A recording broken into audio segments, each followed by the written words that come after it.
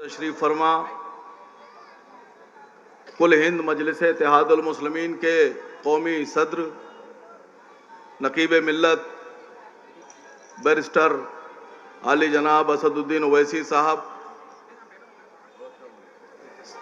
MIM के हैदराबाद से आपके बीच में तशरीफ लाए हमारी पार्टी के विधायक जनाब अहमद बलाला साहब, जनाब तैयब भाई और बाइक हल्ला से मजलिस इत्तेहादुल मुस्लिमीन के विधानसभा के उम्मीदवार जनाब फैयाज अहमद खान साहब।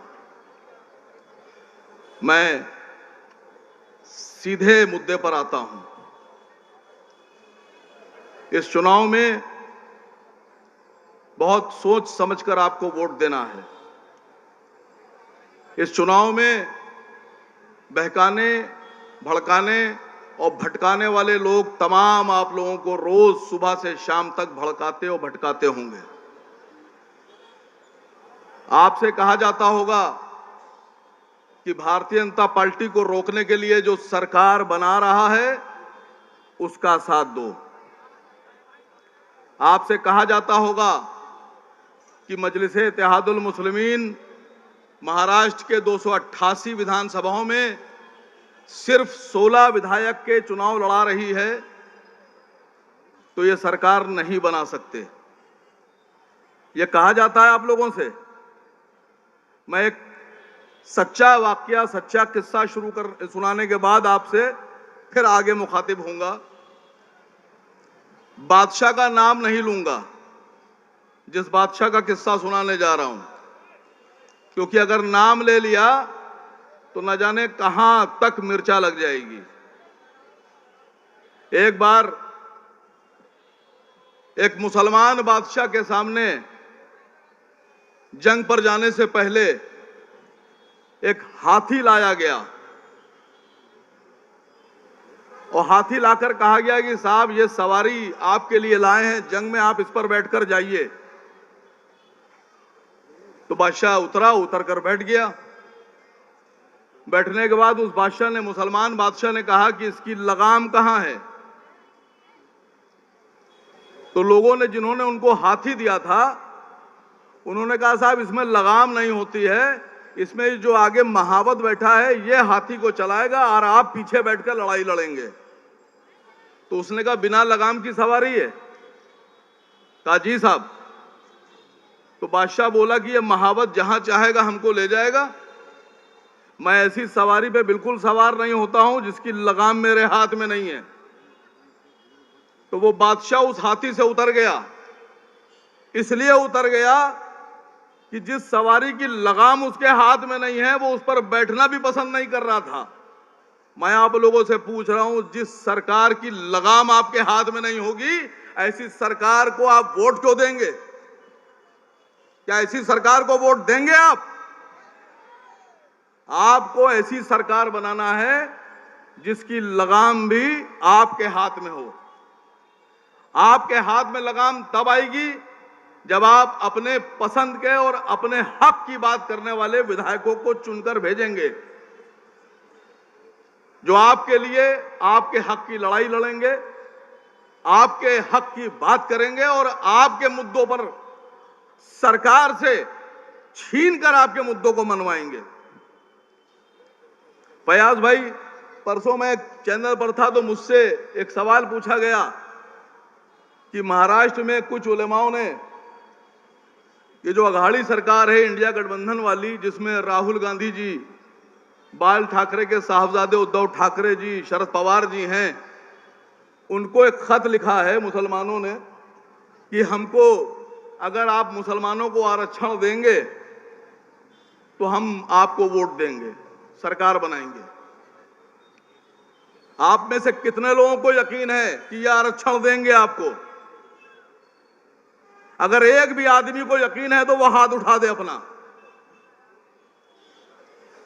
अब मैं उन तमाम लोगों से जिन्होंने यह खत लिखा है कि उनको आरक्षण चाहिए और ये उद्धव ठाकरे से मांग कर रहे हैं, मैं उन तमाम मुसलमानों से यह बात पूछ रहा हूं कि वो उद्धव ठाकरे हैं जिनके वालिद का नाम बाल ठाकरे था। जिन्होंने शिवसेना का निर्माण किया था, ये वही बाल ठाकरे साहब जिन्होंने 1992 में ये भाषण में ये बयान दिया था कि हमें गर्व है शिव सैनिकों पर जिन्होंने मस्जिद को शहीद किया। क्या आप ऐसे लोगों से उम्मीद करते हैं कि वो आपको आरक्षण देंगे?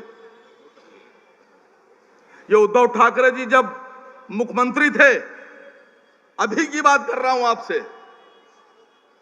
तो जब इनकी सरकार जा रही थी तो सरकार के जाते जाते इन्हीं मुख्यमंत्री साहब ने जिनसे खत लिखकर मांग की गई है, उन्होंने औरंगाबाद का नाम बदल दिया,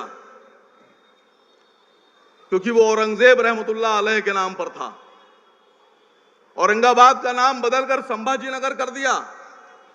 क्या ऐसे आदमी से आप उम्मीद करते हैं कि वो आपको आरक्षण देंगे?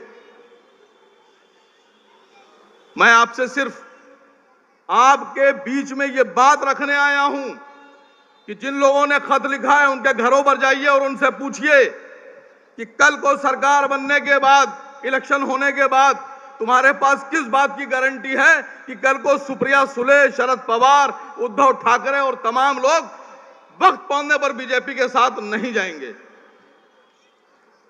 इनका इतिहास है, ये पहले भी कर चुके हैं और बाद में भी करेंगे। ये पहले भी बीजेपी के साथ रहे हैं और बाद में बीजेपी के साथ जाएंगे।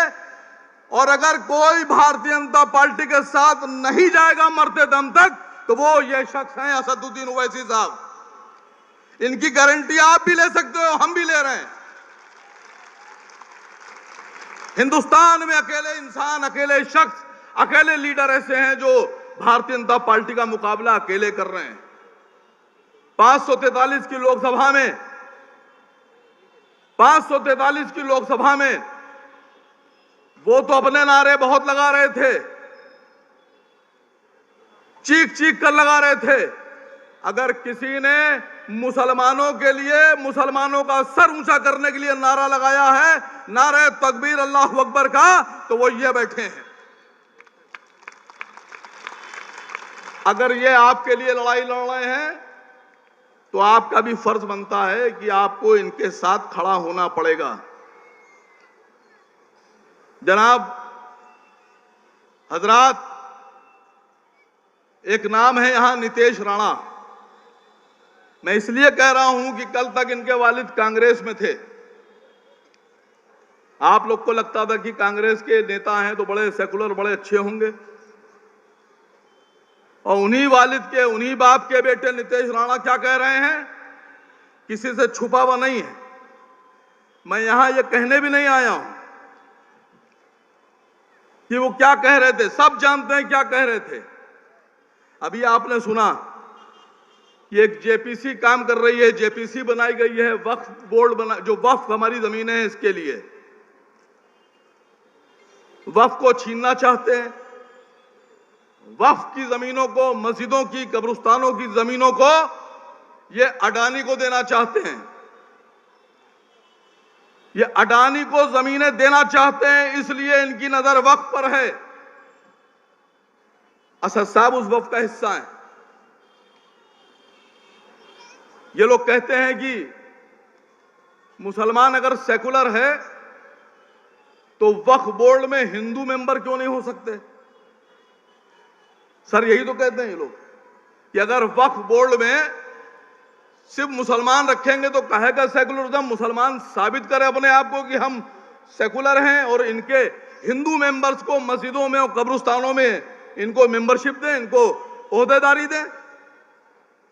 एक साहब ने मुझसे भी कहा, मैंने कहा मैं सबसे पहले आगे चल के आपके साथ खड़ा होऊंगा, लेकिन आपको एक शर्त मानना है कि अगर आपको मुसलमानों की वक्फ की जमीनों में अपनी मेंबरशिप, अपनी हिस्सेदारी, अपना नाम चाहिए है, तो हिंदुस्तान में 80% पिछड़े, दलित और आदिवासी हैं। आप हिंदुस्तान के सभी आश्रमों में, सभी मंदिरों में, हर जगह दलितों को 80% हिस्सेदारी दो। आप अपने के तो देते नहीं हो, हमारे की आप कहते हो कि हम हिस्सेदारी लेंगे। और ऐसा नहीं कि खाली वक्फ पे इनकी नजर है, ये वक्फ की जमीनें अडानी को देने के बाद मंदिरों की जमीनें भी देंगे, गुरुद्वारों की जमीनें भी देंगे, आदिवासियों की जमीनें भी देंगे और दलितों की जमीनें देंगे। अगर इनको रोकना है तो आपको शुरुआत करना है, आप कहीं से भी शुरुआत कीजिए। मैं तो गुजारिश करता हूं महाराष्ट्र से शुरुआत कीजिए और हमारे मजलिस इत्तेहादुल मुस्लिमीन के जो 16 विधायक मैदान में हैं, इन 16 को जिता के आप विधानसभा में भेजिए। मैं अपने सदर की तरफ से बहुत छोटा हूं, मैं वादा कर रहा हूं कि कल को जब सरकार बनेगी तो भारतीय जनता पार्टी को हटाकर जो सरकार शपथ लेगी, हमारे मजलिस इत्तेहादुल मुस्लिमीन के सभी विधायक बीजेपी के विरोध वाली सरकार के साथ खड़े होंगे। बीजेपी को हटाकर जो सरकार बनेगी हम उसका साथ देंगे, लेकिन उद्धव ठाकरे की गारंटी हम नहीं ले रहे हैं। हम उद्धव ठाकरे की, शरद पवार की, सुप्रिया सुले की, कांग्रेस के नेताओं की गारंटी नहीं ले रहे हैं। हो सकता है कि आप हमारे 2, 4, 10, 20 जिता के भेज दें और कल को बड़ा ऑफर उद्धव साहब के पास आ जाए और आपके वोटों से कांग्रेस और उद्धव साहब के जो विधायक जीत के जाएं वो सब बीजेपी की सरकार बना दें, तब आप क्या करेंगे? 5 साल आप हाथ पे हाथ धर के रोएंगे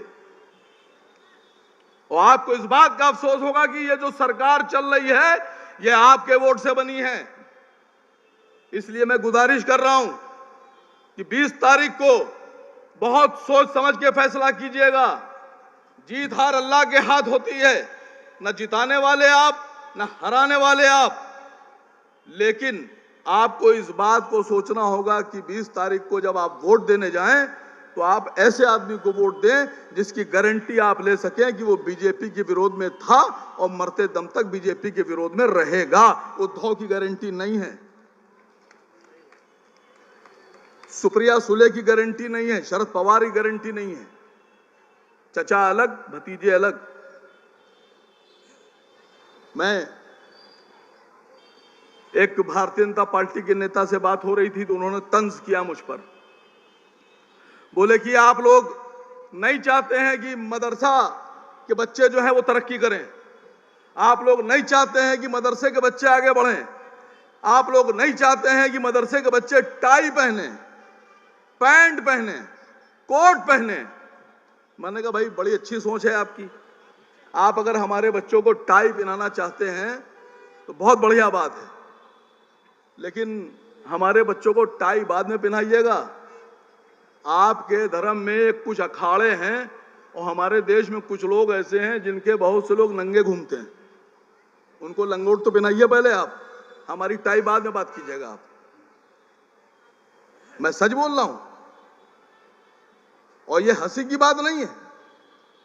ना ये आपको टाई पहनाना चाहते हैं, ना ये आपको एजुकेट करना चाहते हैं, ना ये आपकी तरक्की चाहते हैं, ना ये आपके वक्फ बोर्ड को सही तरीके से चलाना चाहते हैं, ना ये हमारी बहनों को तरक्की देना चाहते हैं, ना ये ट्रिपल तलाक पर ईमानदारी से काम कर रहे हैं। अगर ये ईमानदार होते तो मुसलमानों में तो पूरे हिंदुस्तान का जो सर्वे है वो 1,12,000, कुल अब तक जो सर्वे हुआ है वो 1,12,000 हमारी महिलाएं हैं जिनको तलाक दिया गया है और उसमें से कुल 1.5% ऐसी हैं जिनको ट्रिपल तलाक दिया गया है 1,12,000 में।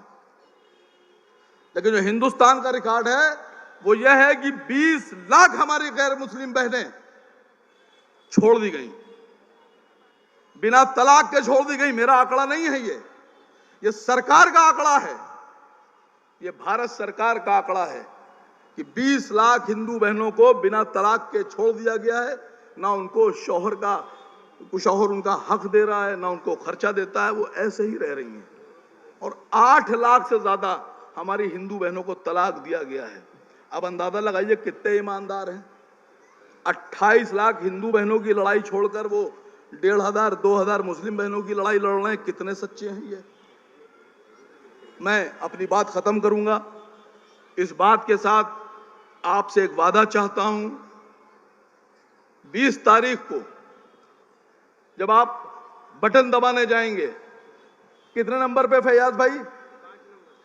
5 नंबर के बटन के सामने मजलिस इत्तेहादुल मुस्लिमीन का चुनाव निशान पतंग, उसको दबाना है और इस यकीन के साथ दबाना है कि फैयाज साहब जीतने के बाद भारतीय जनता पार्टी का कभी समर्थन नहीं करेंगे, साथ नहीं जाएंगे, विरोध में रहेंगे।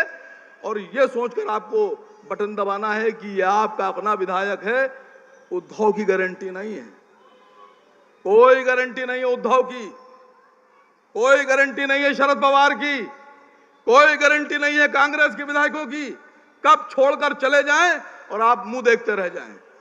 इसलिए अपनी टीम का कैप्टन खुद बनाइए। आपकी टीम आपके कैप्टन के साथ जब रहेगी तो कैप्टन भी मजबूत रहेगा, टीम भी मजबूत रहेगी, बैटिंग भी मजबूत होगी, बॉलिंग भी मजबूत होगी। और इंशाअल्लाह ये जो लेटर लिखने वाले जो लोग हैं ना मुसलमानों की तरफ से, आरक्षण दो, भीख में आरक्षण नहीं मिलता है, कोई चीज भीख में नहीं मिलती है। आरक्षण लेने के लिए लड़ना पड़ता है, आरक्षण लेने के लिए आपको एकजुट होना पड़ेगा। और अगर आपने हमारे 16 विधायकों को जिता दिया या एक दो कम भी रहे और आपने हमारे विधायकों को जिता दिया, तो मैं इन लोगों से कह रहा हूं, ये लेटर लिखने वाले, खत लिखने वाले लोगों से, कि तुम आरक्षण नहीं दिला सकते, आरक्षण दिलाएंगे असद साहब और असद साहब के विधायक और आपका वोट। इसलिए आप हाथ उठाकर यह वादा कीजिए कि 20 तारीख को किसको वोट देंगे। आवाज नहीं आई। 20 तारीख को किसको वोट देंगे? 20 तारीख को किसको वोट देंगे? आपका नेता मजबूत होगा तो आप मजबूत होंगे। असद ओवैसी, आवाज नहीं आई। असद ओवैसी, अकबर ओवैसी, मजलिस-ए-इत्तेहादुल मुस्लिमीन। खुदा हाफिज।